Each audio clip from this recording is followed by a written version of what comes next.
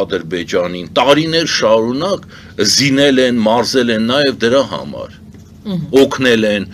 եւ այս կապակցությամբ պարզ է, որ Ադրբեջանի մոտ կա այդ մեծ ցանկությունը, այլ հարց, որ ակնհայտորեն Իրանը այստեղ է փորձեց նախահարցակ լինել, եւ որոշակի առումով Ադրբեջանի իշխանությունները դա հասկացան, դրա համար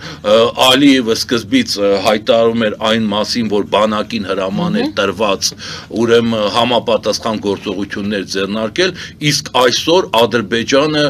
հումանիտար օգնություն է առաքել դեպի Իրան։ Ընդ որում դա տեղի ունեցավ